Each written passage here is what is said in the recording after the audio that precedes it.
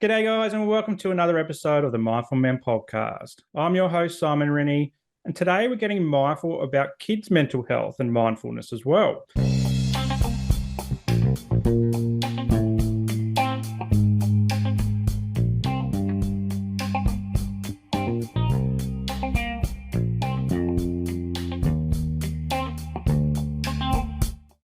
And joining me for that discussion, I've got Maryanne Eve. How are you going, Maryanne? Good, Simon. Thanks for having me. No worries. Thanks for being here. And you're from the outer north of Melbourne. When you say outer north, like how far out of Melbourne are you? Look, probably about an hour out of the CBD. So outer north, it's still very suburban. I'm in a growth corridor, so lots of new estates and sort of new families. So it's a very kind of growing up and coming area, but kind of on the edge of Melbourne. Yeah, awesome. And you're a mental health social worker and a private practice owner, and you've got Mindful Life Wellness. Yes. Wonderful. We'll explore all this today, and I'm really keen to unpack both the social work component and your private practice. But before we get started, I'd just like to hear a bit about you and where did you grow up? Did you grow up in the outer north of Melbourne, or have you got family? What's some of those key life events that have kind of led you towards where you are today? Sure. So I grew up in New South Wales, lived in New South Wales till I was about 14, raised by a single mum. So I do have, a bit of a trauma, poverty history.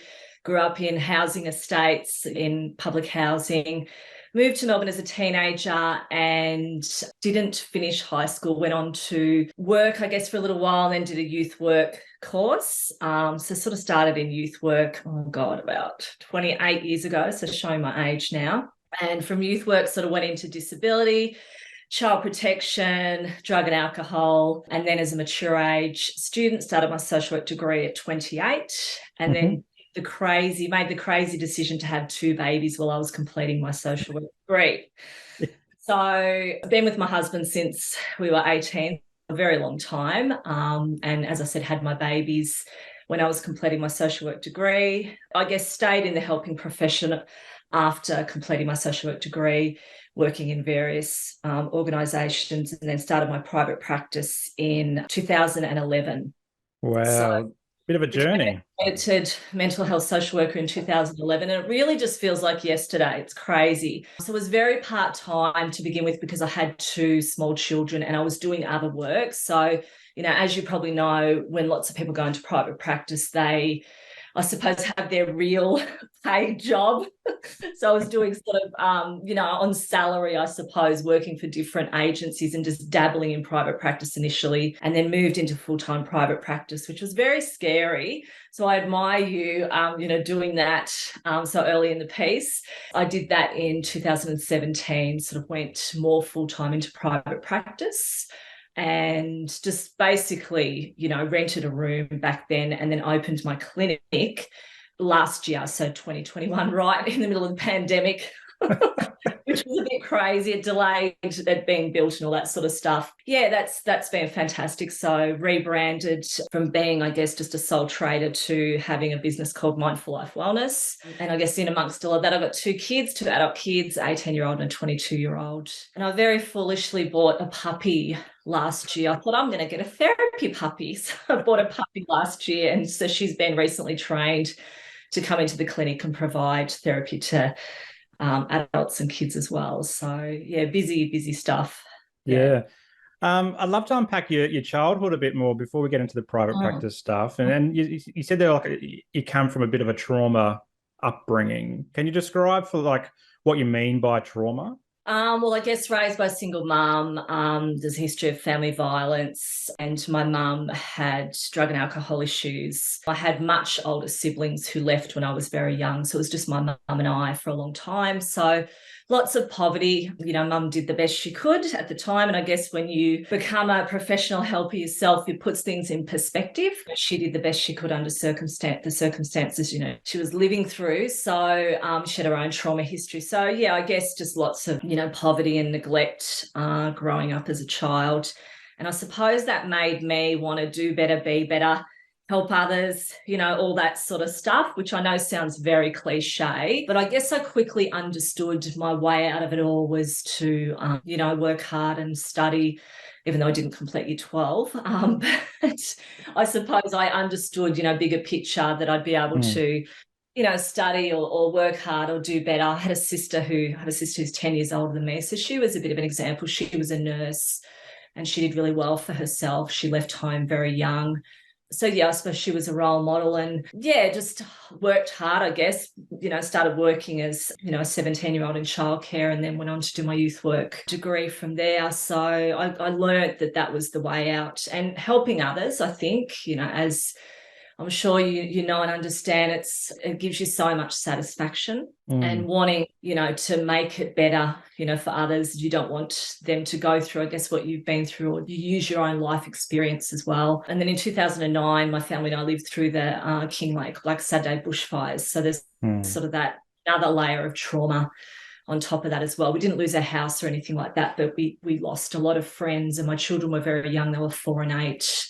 So my children were very traumatized, and I was working in mental health, clinical mental health at the time, with CAMS, and so it's child and adolescent mental health, and they went in and did the recovery work. So it was really hard. I had to end up leaving that role, which was really quite sad because I loved it, but it was just, there was no escaping, the trauma, I guess. So what was some of the impact for someone who wasn't around those bushfires? And I remember seeing them on TV, but like being there on the ground, what was it like living through it?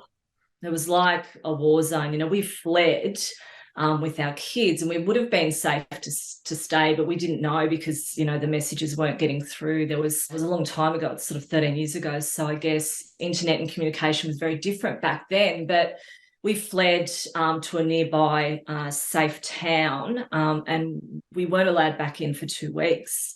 But my husband went back in to kind of secure our property because there were looters and all that sort of stuff. But when we did go back in, it was like a war zone. It was just, they couldn't clean up because it was a crime scene. So there was forensics in there, white suits, and my children's school and childcare centre burnt down. So we had no school, no childcare, and I was off work, obviously caring for the kids, and the kids were severely traumatised. And so, it was hard. It was really, really hard. And, then losing, it was like 30 funerals we had to attend. So, all friends and whole families, and then explaining that to the kids. So, it was hard, but there was a lot of help, which was good, a lot of support. Took a long time to sort of get back on our feet. And I would say even 13, 14 years later, the effects are still felt. Yeah.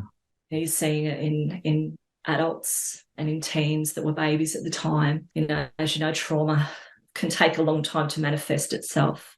Yeah. How did you help your kids through it? Well, look, love and support, but look, in hindsight, and you've got to have self-compassion, but I feel like I didn't do a very good job, to be honest, because I was dealing with my own trauma. So I guess I just did the best that I could. I was just there for them. But my youngest in particular, she was very, very affected. She was 4, so she wasn't sleeping. And so, obviously I had my social work hat off and my mum hat on. So I feel like I didn't do the best job at the time. But, I guess you just do, you just do what you can, with what you've got, I suppose. Yeah, definitely. And I think we can often beat ourselves up as parents who are also in the helping professions as well. Like we think we need to have it all the answers and it all sorted out. But even if you don't even work in the helping profession, as parents, we try to be that perfect parent. But I think, and we'll get to it a bit later and around strategies for parenting, children who are going through a bit of a challenge. I think we need to just give ourselves a bit of a break because,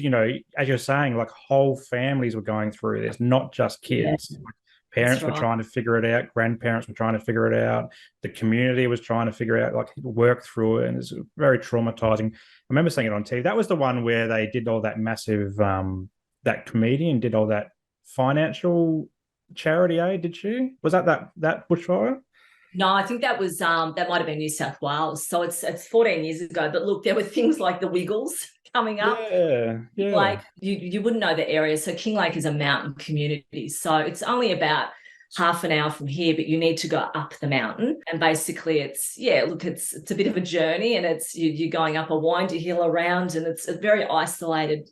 So we had the Wiggles come up. We had John Farnham. We had Shane Warne, and we had, McDonald's trucks and KFC trucks and lots of celebrities. But look, it was brilliant. The army set up like a food tent, so we didn't have to cook dinner for about 4 months. We could just go to the army tent every night to get our dinner. So that was great. So the kids loved that. Can we go to the army tent and get dinner? I was like, yeah, great. I'm not cooking dinner. Because you just didn't want to go off the mountain. You just, I don't know, I get trauma, you just shut down and you can't do the basic stuff sometimes. So it was great that the government recognised that and they just stuck the army up there making us dinner. A few months, something as simple as that was just brilliant. No dishes, no shopping to do, and, nothing to have to worry about cooking. So yeah, and it also brings, I guess, the community together in a public space where they can connect and help each other through that kind of moment as well. Exactly. I'd imagine. And kids playing together, and it was brilliant. Before we get into the social work, I love talking to parents because I'm a dad myself. I've got a 5 and a 2-year-old, and so you're in the peak hour, aren't you? We are. I just got back from school drop off, and the day started nicely, and then it turned really bad for about half an hour, then it went good as well. So we've had it all just this morning. But what does it mean to you to be a mum? What does it mean for me to be a mum? Oh, everything. I feel like I was put on this earth to be a mum, and that's just my opinion. I know that's not for every woman or every parent, but I feel like I was put on this earth to be a parent, to be a mum, and everything else is just extra. And my kids are 18 and 22, and I cry when I look at those baby photos. I just want that time back.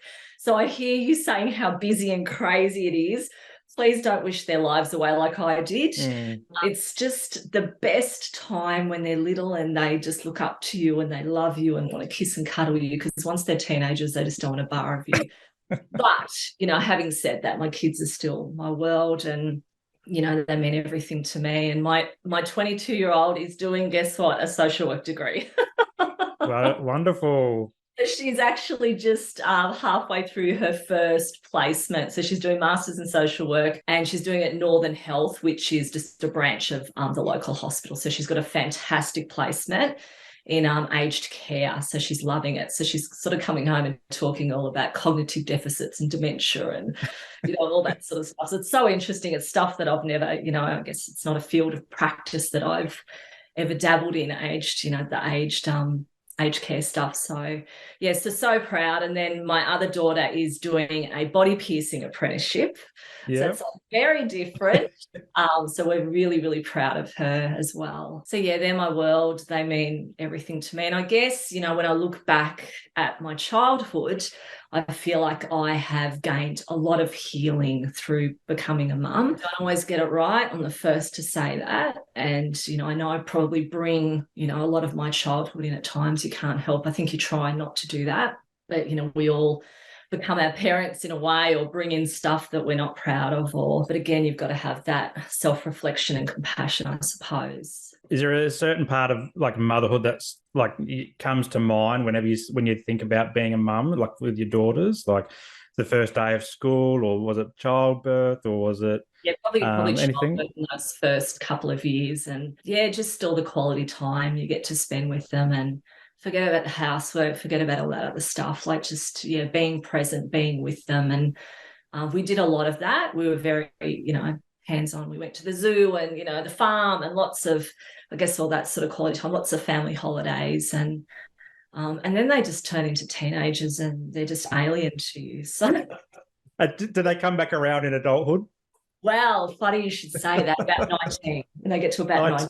So my 18-year-old, she's just turned 18, so she's kind of coming around. So she's working, she's finished school and stuff. So so 22-year-old, she's a little adult, and sometimes she parents us, I think. So don't worry, my 2-year-old's doing that at the moment. My 5-year-old definitely. Yeah. It's funny, the 22-year-old is doing this social work degree. She kind of pulls me up on stuff. Mom, we can't do that. I'm like, oh, I qualified like 19 years ago. Like, things must have changed. So, I she's giving me a bit of accountability, so. It's like a bit of internal supervision. Yeah, that's right. Exactly. She actually works when she does my admin, which I'm missing because she's on placement. She hasn't done admin for me now for a month. But so she's usually my Friday admin person, which is great. Love it. So I'd love to hear why social workers get into social work particularly. I know you've got your upbringing, Mm. But what was the moment where you go, I'm going to go study social work and then become a social worker? I don't know. I guess when I learnt that it's more about the individual, the social work looks at so many other aspects, the connection as well. Like I'm all about connection, attachment. So all of that sort of stuff. And I guess that there's so many fields of practice that you can go into. As my daughter was saying when she completed an arts degree in legal studies and sociology, and she said, every single job I've looked at wants social work. Hmm. So she said, whether you want to be a counsellor or whether you want to work in youth justice or, anywhere really as a helper, they want social work. So I guess I just knew it was such a broad field of practice. And being a youth worker, I started as a youth worker, it was kind of the next logical step. And yeah, within, I don't know, a month of lectures, I thought this is for me. I mean, there's a lot of boring stuff. Because it was an undergraduate degree. So first year was very boring, which I think is very different to a master's. If you do a master's, keep in mind I studied a long time ago. If you do a master's, I think you just do the 2 years post. Yeah. Yeah. So I guess undergraduate was your 4 years and the first 2 years are just boring. But there's a lot of good stuff too, of course. But I just within a couple of months or a month or so of lectures, I thought this is what I want to do. And you did that as a mature age student? Yeah, so I was 28. Yeah. Going into lectures with like 18-year-olds who talked and you're like, I'm here to learn. So yeah, I'd be sitting up the front all studious and heavily pregnant, like the whole degree, like I was pregnant pretty much because I had both my babies in that time. So deferred a couple of times. It took me 7 years to complete. Yeah. But I worked along the way, so that was fine. So my first placement, I got a job out of it and continued working there till I had my baby. And then my second placement, I got a job as well. So, yeah, just none of it. No, I enjoyed studying while I was pregnant. It was hard, but yeah. Yeah. How was it studying and navigating family life? Because I did the same. So when I started in 2018, I did straight into the master's program. And I think our son Gus, he was 1 at the time, and then halfway through we had Pippa as well, and just navigating life as a parent. But also had my 9 to 5 that I was working as well, so I was doing all this part time and stuff. It was really difficult. So how did you manage it? Yeah, the same as you, I'm sure. Like it was really, really hard. I mean, both kids were in childcare. Fortunate, my husband has his own business, so he could be flexible with his hours. And obviously financially he supported me, but I was like you, I pretty much worked as much as I could around being pregnant, having babies and studying. But childcare was my absolute friend from a young age with kids. And I studied part-time. So whilst it took a long time, to knock the degree over, studying part-time was the way I had to go. But look, the placements, as you know, are a challenge because what are they, 500 hours each time? And you're just like, oh, God, like this is just, I don't know how anyone does it without any financial support. So, yeah, it was hard. And kids, as you know, kids get sick. So I think I had days off placement that I had to make up at the end. And, when you're going through it, you're like, oh, God, is this worth it? Is it ever going to end? But I look back and I say it was so worth it because here I am at 50. I started my own practice at 40, sort of similar to you, I suppose. And now at 50, I've got this thriving practice that, is doing so well. And yeah, the sky's the limit. I'd never go back to working for someone else because the freedom, as you know, the freedom of private practice is just incredible. Yeah, and I'm only a few months into my private practice, and I'm feeling that freedom already. Like, and very similar. Like, yeah, I don't know if I could go back and work for somebody else. That's right. Anymore. Yeah, slotting things in between clients, dropping kids off or doing, whatever you have to do, an appointment yourself, or Pilates next door to my clinic. I just go to Pilates between clients and. Nice. I go bug my wife. She'll work again at home as well, so I just go bug her. Yeah, that's right. Yeah. So I'm interested, like, why mental health social work? Why were you interested in working in this particular field, and more specifically, working with children as well?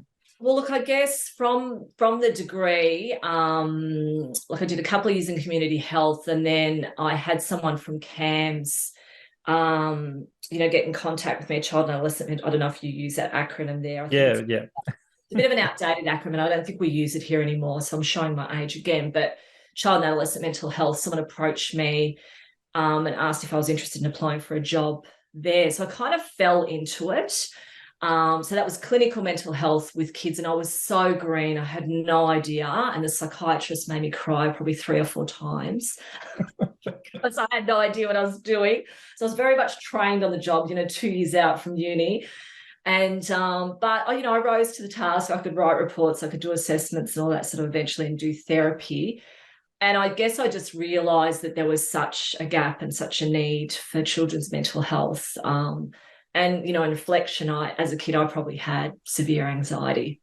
And I realised and I live with anxiety now, but I didn't realise even what anxiety was until I started my social work degree, really, sort of 18, 19 years ago. So, yeah, I guess I thought, well, look, kids, there's so much help that's needed for kids. There's such gaps in services. And at the time I was living in King Lake, which is a rural community, and where I got the job at CAMS was rural as well. So, yeah, that passion for helping people who are isolated and rural. So kind of fell into that, which was a blessing because, as you know, you need to do 2 years clinical mental health before you can gain your accreditation to work in private practice. Yeah. So it's just, the universe, the stars aligned. Someone was looking after me. I fell into that job, stayed there for a couple of years. And then from there moved into child protection, which was an incredible job where we walked the streets called Streetworks. And we sought out missing kids that were prostituting, and got them back home. So we worked with police, resi units and stuff. And then from there, I thought I'm going to start a private practice. Child protection out a little bit, and I thought I'll start a private practice. And I guess just, I don't know, in liaising with GPs, I'd sort of talk about my CAMS experience, and they kind of identified, well, you've got experience in working with kids. And so it just kind of built from there. So whilst I wouldn't say I'm an expert or anything like that, like I think I've got the knowledge and the skills. I kind of cut my teeth assessing kids, working alongside a psychiatrist at CAMS. So I learned a lot there. And then I also did 2 years on New South Wales Mental Health, on their clinical mental health line, so assessment, crisis, that sort of stuff. So I did a bit more mental health there. So mental health's sort of always been my passion, I suppose. My mother had mental health issues, which I didn't really know or understand until I become a social worker. Yeah. And I think a lot of that understanding came for me as well when I became a social worker, is like mental health's only been a real discussion in my household, and for me and my wife, for the last 10 years. It's only been 10 years since I went into that GP office and said, I think I've got mental health issues. So, and a lot became clearer was during my social work studies, which was only 4 years ago, 3 or 4 years ago now, where I can go, okay, this is what mental health is, this is what mental illness is, and this is the crossover between the two, and this is how I'm positioned in the world and how the world's impacting me as well. And it's only a relatively new discussion. I mean, you saying it seems like very new to you as well. Yeah. But I'm interested, like with your child protection work, like as a dad myself, like child protection is the one place where I would love to work into it in that area. I think it would be interesting work, but I would never do it because I'm a dad. And the thought of, children not being with their parents or experiencing trauma and abuse through parents or their family life. Did that something that triggered you as a parent, like when you were working in that space? Look, I think for many people, and I say this to my daughter because I think she's interested in child protection, and I don't like to put my experiences on other people, but I do feel like it can be a time-limited role. So I guess I went into child protection thinking if I last 12 months, I'll be happy. So I lasted 2 years, but it was very triggering. We were working with kids who were in residential care, who had trauma histories. So I saw a lot of myself in these kids. So it's difficult. And look, child protection do the best they can. I'm sure it's the same every state, but they're very strapped for resources. There wasn't a lot of supervision. I requested social work supervision. They just kind of looked blankly at me. Didn't even know what that was. And so, I didn't get a lot of supervision and support, and working under the Act is just debilitating. Like there's so many restrictions, and we were calling in warrants. You see a kid calling a warrant, can't we talk to them first, please? Let us talk, try and get them back to their placement. Nah, they've been missing for a week. Call in a warrant, get the police to pick them up. So a lot of it conflicted with my social work values.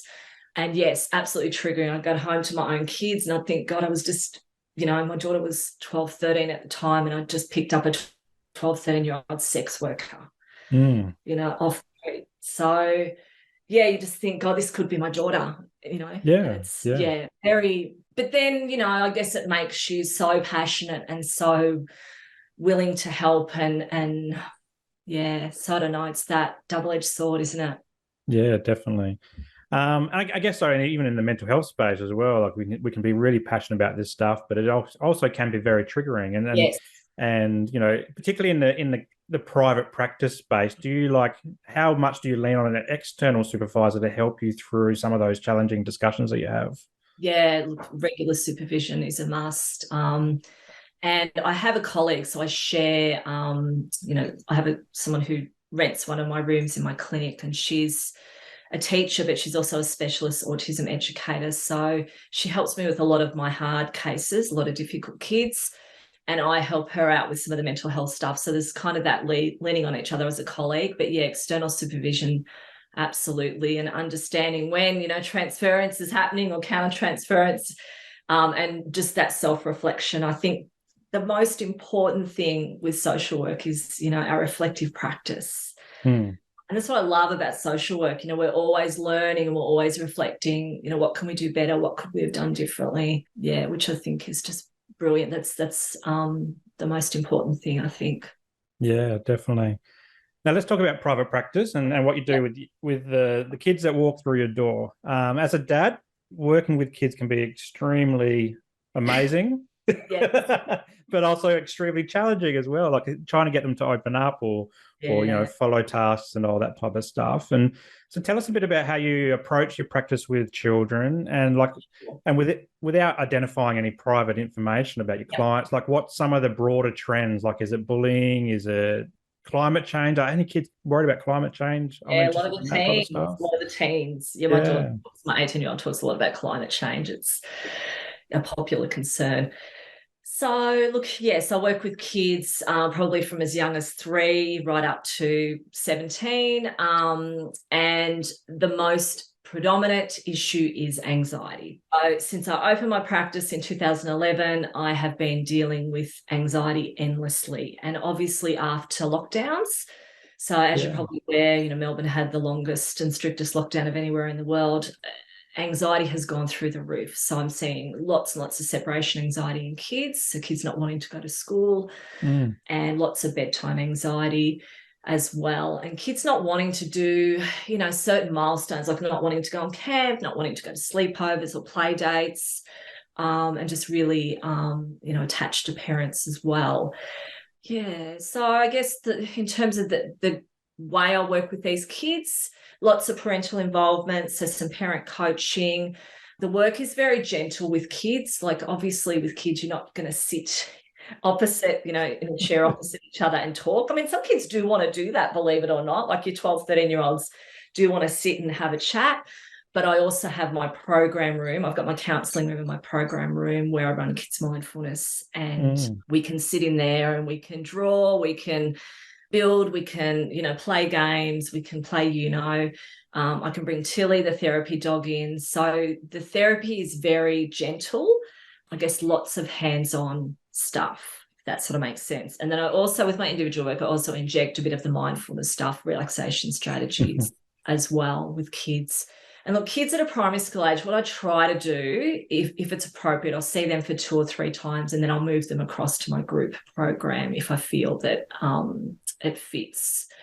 And, as I said earlier, lots of parent coaching. So teaching parents, essentially the parent should be the child's therapist in a sense. Like I know they're not qualified or, they haven't done the degree or whatever, but you're with your child more than anyone else. So if you've got the tools, if someone can teach you what to do with your child at bedtime, then obviously that's going to be far more helpful than me just working, with a child. I think gone are the days in therapy where parents just push their kids through the door and say, fix them. I mean, some parents still do that. And I'm very clear at the outset that I need parental involvement, because some kids come in, like when parents do push them through the door, and you'll say, so how's your week been? Fine. So what are we working on today? I don't know. You're just like, and then the parent will say to you, they'll email you at the end or something. So did he tell you that he punched his brother out, that he smashed a window, that he did this, that? And you're like, no. So yeah, getting that feedback, which can be confronting, parents coming in and talking about, what kids have been up to, but I'm very upfront with kids and parents at the start. Yeah. Way that it works. So I guess with anxiety, getting kids to understand what anxiety is all about, teaching them all about fight or flight, what's happening in their body, what the feelings mean. I guess I use that kind of narrative approach where I talk about anxiety being like a monster. I've got a lot of books that talk about that externalizes the anxiety, and that anxiety can wear many disguises, whether it's the disguise of, you can't go to school or you can't go to bed on your own. So teaching kids to identify that this is anxiety. Yeah. And how to work with that, teaching them to be the boss of their anxiety. Yeah. I think is the most thing. You mentioned attachment before, and I was wondering, do you dabble much in the attachment theory and how that's impacted with kids growing up and then their relationship with their parents and stuff like that, or is it more broader than that? Well, probably a bit more broader, but having said that, many of the kids I work with have fractured attachments or insecure attachments. So it may be that a parent's left or a parent's been in and out, or that mum or dad have their own mental health issues. So, as you know, as a social worker, we can become appropriately an attachment figure for the client, whether it be the child or even an adult. We can, help them, repair that. We can be that positive role model and that positive attachment. So, yeah, look, I guess therapy with kids is all about engagement and becoming that sort of attachment figure, I guess. I guess you've got to be careful working with parents. And I think parents know. They'll say something like, look, I know my mental health has affected my parenting or my relationship with my child. Or, I think just being very clear with parents that of what your role is, that you're not there to replace them or anything like that, but you can become that significant. Yeah. If you can attachment figure. It'd be like your kids going to childcare. When my kids still talk about their childcare as, how that was such a positive in their life. Yeah. How do you approach a child that's really struggling to open up? Like you can't really break through that barrier, and what's some of the strategies that you use? Yeah, look, hard. And I guess you've got to not make it about yourself. Like some therapists might be like, oh, God, I'm just not good enough, or I can't do this, or imposter syndrome might creep in. I shouldn't be working with kids or whatever. A lot of the time for kids, it's just about building trust. And it may be that they've had other people in their life who have tried too hard or have let them down. So, yeah, look, the first 2 or 3 sessions could be playing Jenga or or yeah, just I guess a bit more hands-on, doing some colouring. And even I guess understanding that you may not get into the therapy until many sessions in. So it might be talking about footy for the whole first session and I don't know, watching some stuff on YouTube with them. And it's about speaking their language too. They might be like, I want to play this game with you. And you might be like, what? It's not really therapy. But engagement, as you know, being a social worker, we're first and foremost about engagement, connection, all that sort of stuff. Yeah. So, and look, I've had kids who I can't break through, but parents say they still want to come. So you're like, let's persist. Yeah. So, and I guess there's a moment in time where they start to open up, and it might take a long time, and then they all of a sudden just go, okay, it's a safe space here. I can start to talk. That's right. But some kids don't even get it as well. They might be like, I just feel worried about going to school. And if you're like, well, why? Tell me why. What's happening at school? There may be nothing. It just may be that they were used to having mum around because mum was home for 6 months in lockdown. And, they were at home in their little cocoon, and now they've got to go out into the world. You and I have got the language for that, but they don't. Yeah. It's just like, I just don't want to go to school. So sometimes trying to get kids to open up about why things are so, it's very hard. I guess myself as an adult, like I said, I didn't understand a lot of the stuff I went through as a child until I became an adult. So, and even then, as a parent as well, when you become a parent, things go, oh, okay, the penny drops as well for that kind of thing. So I guess in that situation, sitting and colouring, being that support, because you need to show the child that you're going to be there no matter what. Oh, this is too hard. She's going to leave me. She's not going to see me anymore. Yeah, definitely. And you mentioned like you've got some group-based programs as well, so you might transition some kids across to the Yep. group-based stuff. Is that the mindfulness stuff that you're talking about, or is that something different? No, so that's kids mindfulness. Yeah. Yeah. So let's explore that. Like, tell us all about kids mindfulness because on Mindful Man, I love mindfulness-based practice. It's really helped me Yep. as an adult. But how do you do Yes. it with kids? Yeah, talk us through that. So I started Kids Mindfulness mid 2018. So just a very brief history. I'd lost some funding at the start of 2018. So there was this funding where clients were fully funded and there was no gap to pay. So the government withdrew that funding, and I'd had that funding since 2011. So for 7 years, I'd seen many, many clients under that funding, and they withdrew that funding. And so I lost overnight, pretty much I lost most of my clients. So I was at risk of my business closing down. And I literally woke up one day and thought, I'm just going to run a group program. So I started with 4 kids, and I had no idea what I was doing. I'd done a Buddhist retreat 2 years before. I thought, oh, we did a bit of breathing. We lay down and we had a bit of quiet time, and I don't know, I'll just do something. So I had a few kids I was seeing at the time, and I just said to their parents, look, throw $20 at me and I'll put your kids through this group. And I had, obviously a loose program that I sent out to them. It went really well. And then before long, I'd filled it. I had 8 kids. And then within a month, I had 2 groups, and then 3 groups, and then 4 groups. And it just went berserk, basically. And so I guess I rejigged and remodeled the program over time. And I started to get some more difficult presentations. So kids with ADHD, kids with autism were coming to the program. So I was very out of my depth there for a little bit. But I went into yoga, kids yoga course, which kind of taught me how to structure my program, I guess, just short, sharp activities. So I kind of restructured the program, and then it just took off from there. It was so successful, and I was seeing such fantastic results with kids. So at the moment, it's only running 3 days a week. It was running 4 days a week. So since going back after COVID, numbers are down a little bit.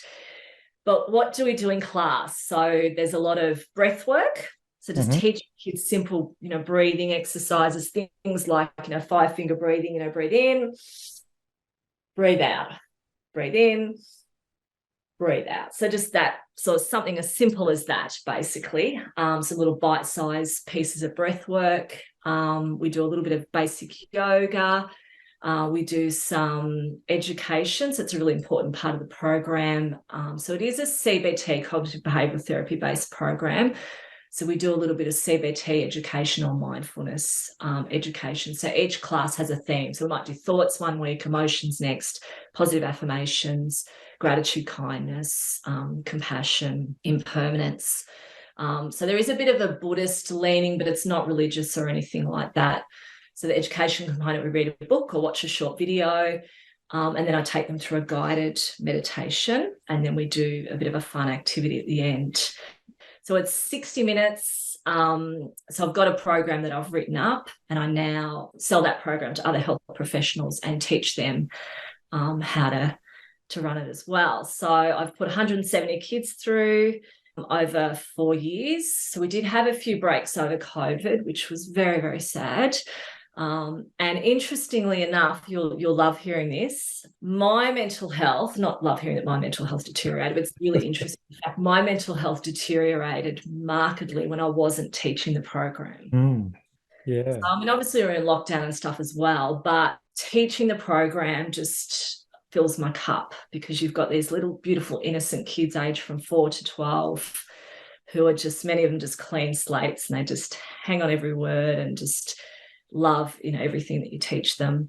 So yeah, kids are really receptive to the program. Wonderful. And do you do like certain age groups, or is it just a mixed bag of any kids? Well, look, I would love to. I think ideally it'd be good to do sort of 4 to 8 and then, 9 to 12, but I just don't have the time. So I do, sort of prep, which I think that's our first year of school, prep to grade 6, which, it's not ideal, but it works. You have older kids role modeling to the younger kids. Some of the content might be a bit young for the older kids and a bit old for the younger kids, if that sort of makes sense. So when I teach others how to run the program, I do recommend, if they can, having like a junior and an older group. But yeah, look, it works. It works fine. So what about with, like you said, you even some other therapists, you started to train other therapists Yeah. in the program. How has that taken off? Like what's been the I guess the response from other therapists in the program? Well, when I first started running it, it was interesting. It's that old cliche of first they'll criticize you and then they'll join you. So I had a couple of psychologists message me and say, why are you teaching kids meditation? Like, why are you accredited? Should you be doing this? And I said, well, meditation's actually, it's an unaccredited field. You don't need to be accredited to teach meditation. And I said, it's just targeted relaxation strategies. It's a guided meditation.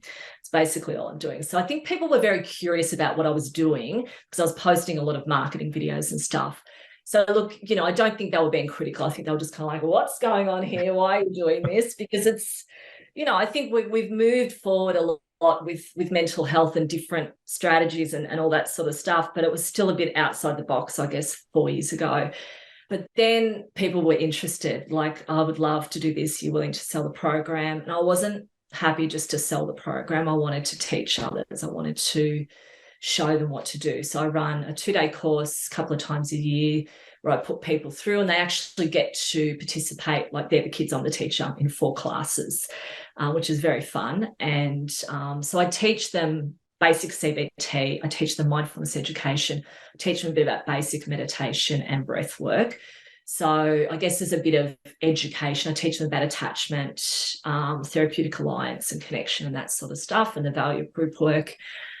So with that, I think I've put 36 people through. We had to cancel a couple of those courses over lockdown. So 36 people are now running their own kids mindfulness meditation programs or preparing to, or they're running them in schools, childcare centres and all that sort of stuff as well. So I've got a little closed group on Facebook where we share ideas and support each other. Sounds wonderful. Yeah. It is wonderful. And I had people saying, oh my God, like you're sharing your intellectual property. How can you feel comfortable about that? And I said, oh, look, honestly, there's enough to go around. I said, most terms I've got a wait list. I want hundreds of kids to get this program. I grew up having no idea, how to deal with the stuff I was going through. You can teach kids these very natural strategies, teach kids that their breath is always there, that they can not pay attention to their thoughts if their thoughts are troubling, that they can let them go. If we can teach kids compassion and empathy and teach them basic meditation, we're going to be equipping them, for a better adolescence, to be better adults. And yeah, I'm really passionate about that. So I'm like, I'll just train as many people as possible to spread the word. Like it's what it's all about. I love that sharing, because you mentioned wait lists, and there's a lot of wait lists around the country for mental health services. Yeah, I've got lots of availability if anybody wants to give me a call. But yeah, but sharing it is a great way just to get more people through the practice, and you'll still have your wait list, but other people can then fill up their books and say, I've got this capacity to do this amazing stuff, and then connect with you in your closed Facebook group and share your word as well, like through their practices. I think it's a really wonderful thing you're doing. Yeah. No, thank you. Yeah, I love it. Eventually my plan is to not do one-on-one work, because I've done this work for 28 years. So after lockdown, I was very, very burnt out because I remained open. I have a lot of suicidal clients. So I was able to remain open. I did a lot of telehealth. The clinic was still open for high-risk clients. So I was very, very burnt out. But that's the core of my work, the one-on-one work. But eventually I will let that go. I'll employ someone and I'll just do the group work because I just love it so much. And the relationship I have with the kids, it's a safe space for them. Lots of kids open up in the group environment. Groups are wonderful because you might have some difficult presentations and then you've got other kids who are role modeling appropriate behaviours, and then those kids rise to that, and it's a great environment to work in. Yeah, love it. Yeah. What about with some of the parents? So like, we often think about parenting, and we've talked a little bit about it today, like about, we grew up in times where we didn't necessarily have that parental figure that really nurtured us and sheltered us from the trauma that we did experience. And they did the best that they could with the tools that they Yeah. had on hand. So for parents in there, I've heard in the last few years this concept around good enough parenting Mm. and letting go of being this perfect parent, and sometimes acknowledging when we get it wrong and being okay with getting it wrong. What's your thoughts on this, and how can parents kind of move away from helicopter parenting and just give themselves a break? Absolutely. And I love that good enough parenting term. I use that a lot with parents. I think it's just so important that we do the best that we can at the time. And I think it's so important to be honest with your kids. I'm sorry I got it wrong today. I shouldn't have yelled. I'm going to do better tomorrow. We talk a lot about, well, there's a lot of talk in the past about kids respecting elders. We need to give kids the respect as well. It's that mutual respect, I think, which is so important. So teaching parents that if they're calm, they can share their calm with their children. So yeah, a lot of the time I guess we reparent ourselves when we parent our children. It's so hard, such a hard job. And I think teaching parents to have that self-compassion, and you talk about the helicopter parenting. Like, I think it's so important to get across to parents that we're teaching kids to be adults. We're not raising kids to be kids. Like, I know they're kids, but the end goal is for them to be an independent adult. So yeah, giving kids that little bit of freedom and trust, and yeah, having faith in your parenting, that the way you've parented is going to make your kids confident and independent and give them the skills that they need. I think we can project a lot of our own stuff onto our kids, Yeah. which is hard, and you often don't know that you're doing it. That's like you go on auto. Yeah. Oh, that's right. Yeah. And so on that note, how do you maintain being a mum? Like when you were, going through this, and so you'd go to work, be the therapist, be the social worker, come home, be the mum. Did you balance that? Like, instead of being the therapist at home, but also not being too much of a mum. Like, how did you balance all that? Well, I think at times, Simon, I haven't done a great job of that. And I think really acknowledging that and being aware. So, there's times where I was really working hard to build my practice up. I was working on the phones on Beyond Blue, and I was also doing private practice, working 2 or 3 nights a week. And you'd see the cracks. You'd see your kids doing.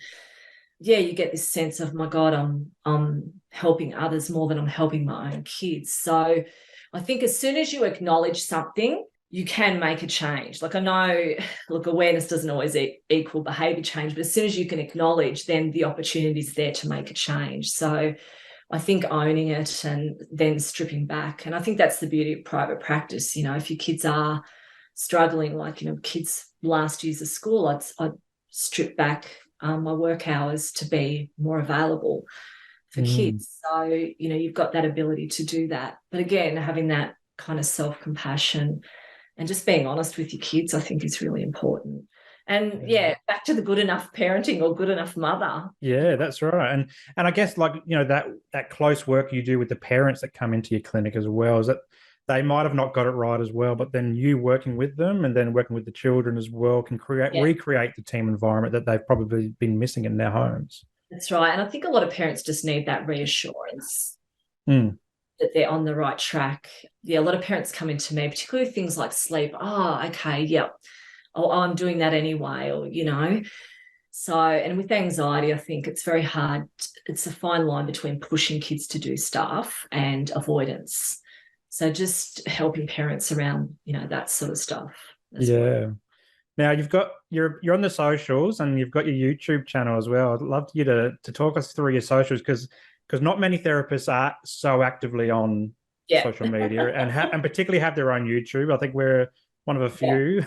But yeah, it is. YouTube come about in lockdown. So and look, I live and work in the same community, which is good, but it can have its negatives as well. So during lockdown, I'd run into my Kids Mindfulness kids in the supermarket, and they'd come up and hug me in the middle of a pandemic. And I miss Kids Mindfulness. So I created a Kids Mindfulness YouTube channel. So it's literally me, like play school, just doing the class to the screen for my Kids Mindfulness kids. So that's kind of the extent of my YouTube channel. So just Kids Mindfulness Meditations, I think it's called, Kids Mindfulness, something like that. So yeah, I think there's about 10 episodes on there. So it was specifically for my kids, mindfulness kids, so that they, weren't missing out. I had a lot of requests to do Zoom classes, but I just couldn't bring myself to do it. I just thought, 10 kids on Zoom, not lying down. And I just thought I wouldn't be able to let go. There you go. That's not a very good mindfulness practice. It stressed me out. So I just created the YouTube channel. I also created my Kids Mindfulness podcast. Yeah, talk us through the podcast. I haven't heard the podcast yet, but I have seen the YouTube so look, channel. I've got 2 podcasts. The adult one's inactive. I haven't added anything to that for a couple of years. So the adult one is Mindful Life Podcast, which I created sort of back in 2019. So that one's a bit quiet. I just haven't had the time to add to it. But the Kids Mindfulness one, again, I created in lockdown because kids were missing me so much. So I just basically am reading out my guided meditations that I read in class with a bit of background music and the odd dog bark or door bang or whatever, because it's just on my phone. It's nothing too professional. And so I created it for my Kids Mindfulness kids, and then it went viral, and I had people contacting me, asking me if I wanted to improve the sound quality. And I'm just like, honestly, it's not anything. It's just for fun. Like, it's just for the kids I work with. So it's done really well. It's had like 350,000 downloads. Wow. I think that's because kids just listen to it on repeat.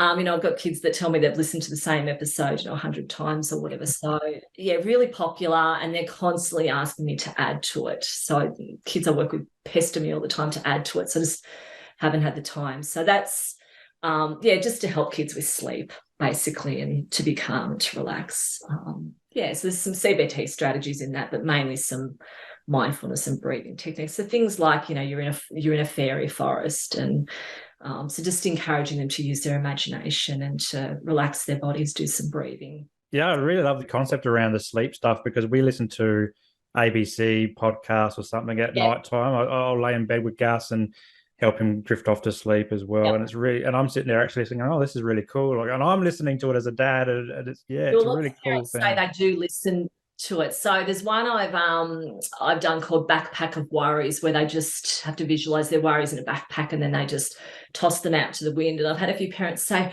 oh God, that really helped me in lockdown. And I'm like, oh, that's great. It was designed for kids, but if it helped you. So, and that's really good, because then parents can sort of say to the kids, your mummy found that really helpful, and have those discussions, which I could never have imagined, my mother having those discussions with me, because she just didn't have that knowledge. So I think we have come a long way. And, with this work I do with the kids, with mindfulness, I'm preaching to the choir. Like, I think the parents bring their kids because they believe in it.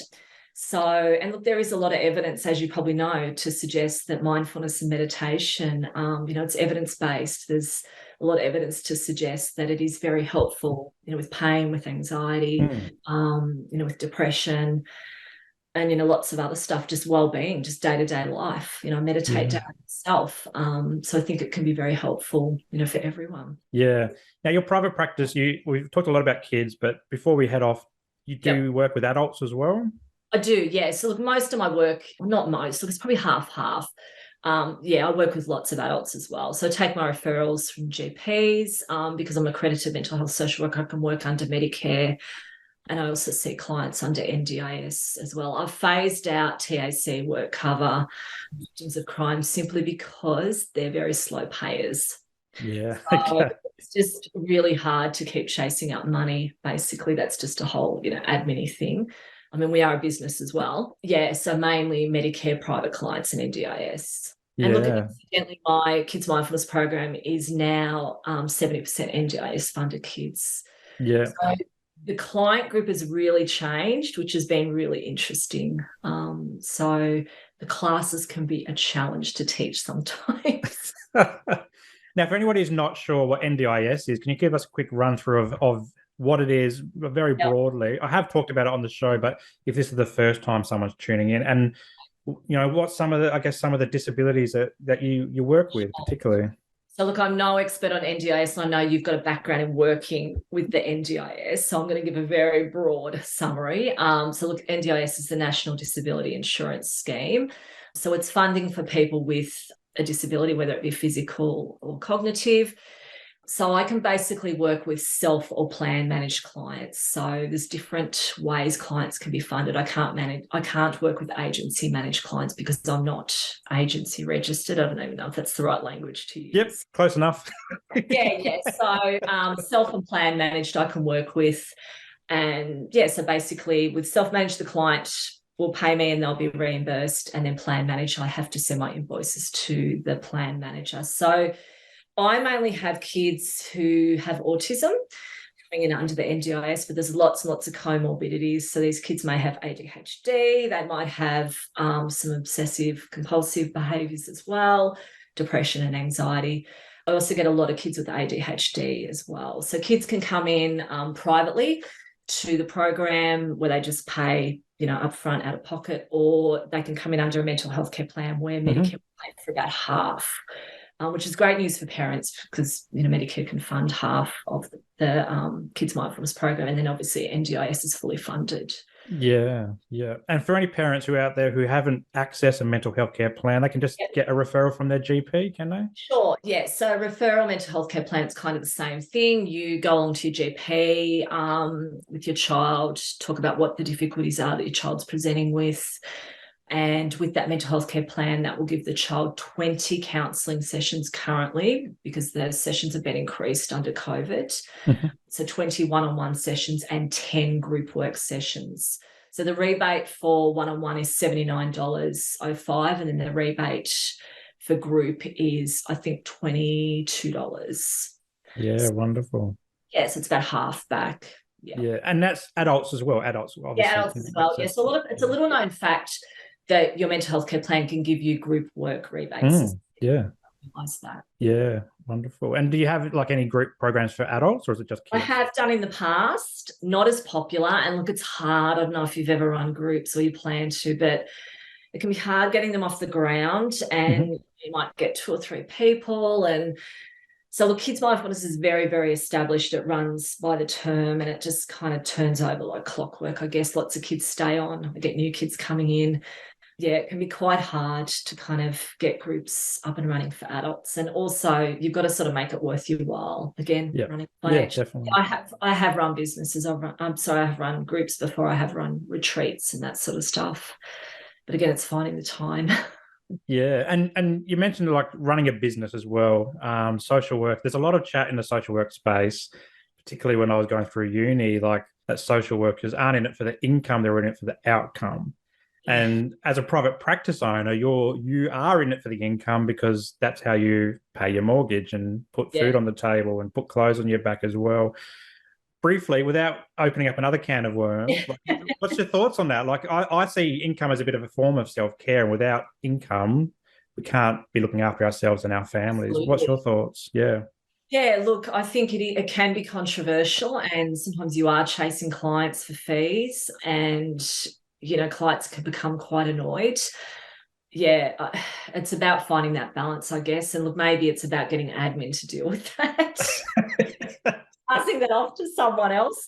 But look, I'm very clear. I have, terms of service that clients need to agree to, and a few things in place, around prepayments and stuff. But it's a very difficult subject, and it's one that creates a lot of anxiety. When you're having to chase clients for money. So I think, if you set up your processes early and you're very clear from the start, but value what you do. Like there's so many memes that go around that talk about, people sort of say, is that what you charge for an hour? Well, no, that's what I'm charging for my 4-year degree plus my 32 years of experience. So I think if your fees are really low, people might be like, is this person really that good? Like, and sometimes you hear someone's fees are, I don't know, like something that seems crazy, like $500 an hour, and you think, shit, they must be good. It must be hard to get into.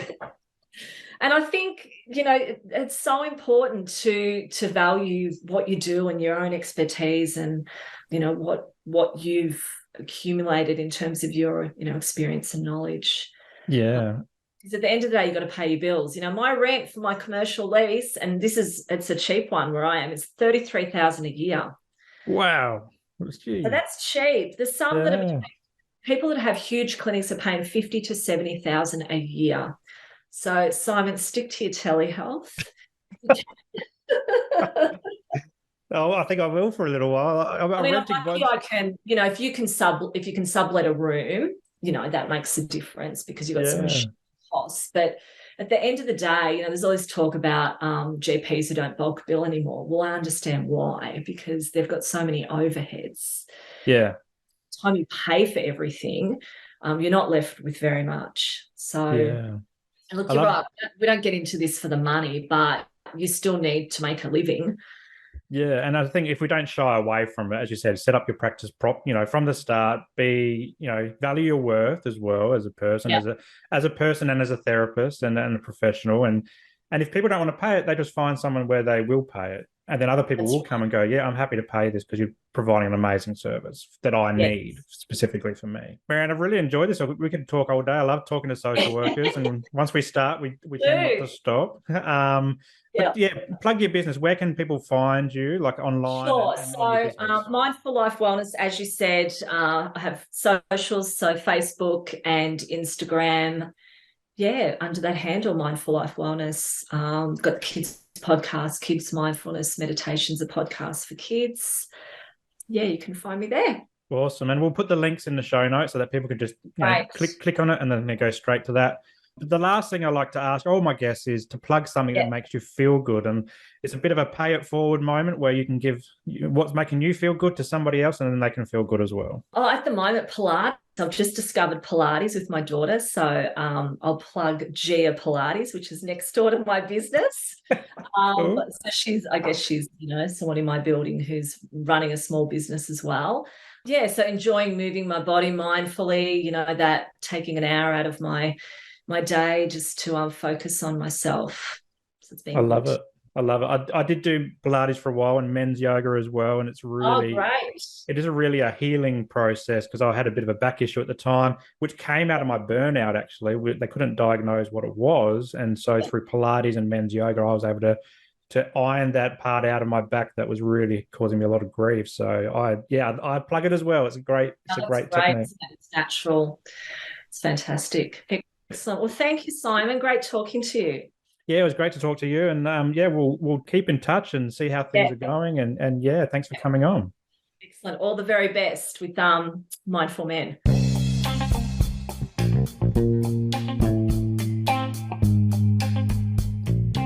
If you enjoyed today's episode, make sure that you like it and leave a comment and then share it with your mates. Also, subscribe to the channel and hit that notification bell so that you don't miss a moment of future episodes to come.